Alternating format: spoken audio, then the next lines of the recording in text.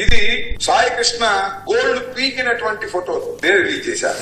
ఇది సాయి కృష్ణ కాలు కొట్టిన దెబ్బలు నేనే రిలీజ్ చేశాను. ఇది సాయి కృష్ణ మృతదేహం నేనే రిలీజ్ చేశాను. ఇవన్నీ ఫాల్స్.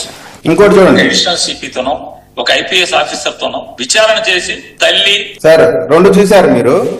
ఒకటి అంబటి రాంబాబు గారు మాట్లాడినటువంటి మాటలు నేను తప్పుడు ఫోటోలు చూపించాను ఆరోపణ చేస్తున్నారు. ఫాల్స్ కాదు, నేను దేనికైనా సిద్ధం అన్నారు ఆయన అంబటి గారు.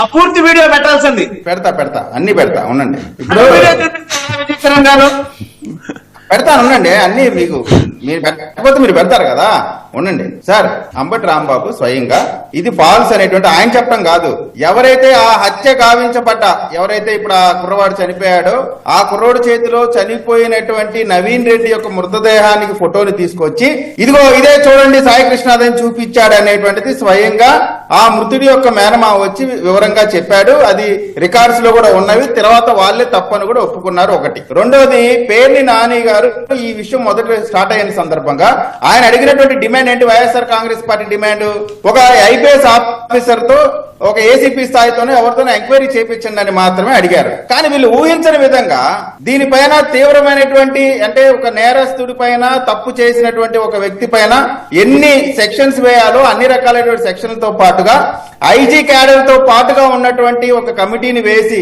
విచారణ చేస్తున్నటువంటి ఈ తరుణంలో వీళ్ళు ఎక్కడ వెనకబడిపోతామో అనేటువంటి ఆలోచనతో ఈ రోజు ఏం చెప్తా ఉన్నారు? అలా కాదంట, మదురైలో జరిగిన సంఘటన ఎప్పుడు జరిగితే ఎన్ని సంవత్సరాలకి వాళ్ళకి శిక్ష పడింది, గబగబ చేసేయాలంట, ఇమ్మీడియట్ గా ఉరి శిక్ష చేసేయాలంట.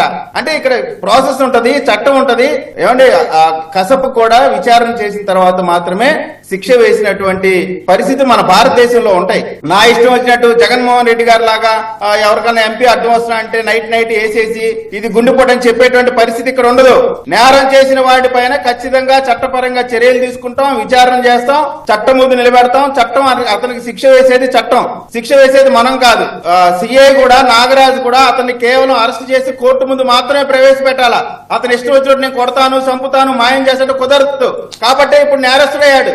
నేరం చేసిన వాడు ఎవడైనా సరే చట్టం ముందు నేరస్తులుగా ఉండవలసిందే. వాడు ఏ పార్టీ అయినా, ఏ కులం అయినా సరే, ఎవడైనా సరే.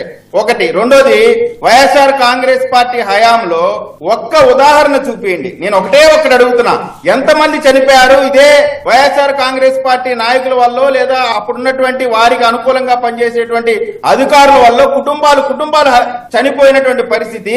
ఒక 4 ఏళ్ల పిల్లగాడు, 7 ఏళ్ల పాప, తల్లి తండ్రి కూడా అబ్దుల్ సలాం కుటుంబం రైలు కింద తలకాయ పెట్టి చనిపోయినటువంటి పరిస్థితి.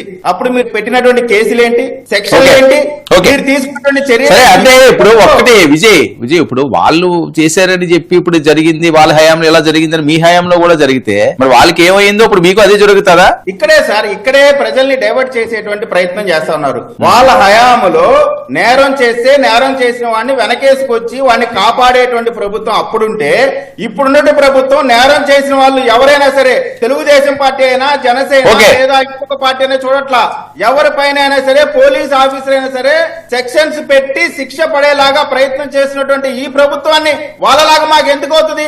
మేము నేరస్తుని కాపాడితే కదా, నాగరాజు అనేటువంటి ఒక సీఏని మేము కాపాడితే మీరు అన్నట్టు ఓకే, కానీ మేము చట్టపరంగా చర్యలు తీసుకుంటా ఉన్నాం కదా, శిక్ష పడడానికి కావాల్సిన ఏర్పాట్లు చేస్తా ఉన్నాం కదా, మేము వెనకేసుకు రావట్లేదు కదా.